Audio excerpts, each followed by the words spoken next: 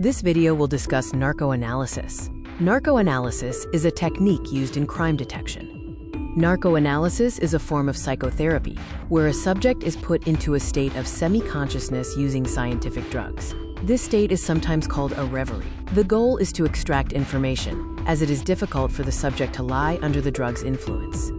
The drugs used are commonly known as truth serum, such as barbiturates or sodium pentothal.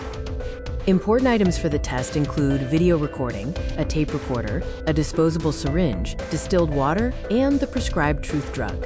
Every test is videographed. The dosage of truth serum depends on the suspect's sex, age, health, and mental condition. Typically, 3 grams of the barbiturate class drug are dissolved in 3,000 milliliters of distilled water. The solution is administered intravenously, along with 10% dextrose at 3-hour intervals. The presence of a physician, neurologist, cardiologist, anesthetist, and lawyer is necessary during the test. Narco-analysis is typically used for serious cases involving public interest, like terrorism, organized crime, serial killings, or when no other evidence is available.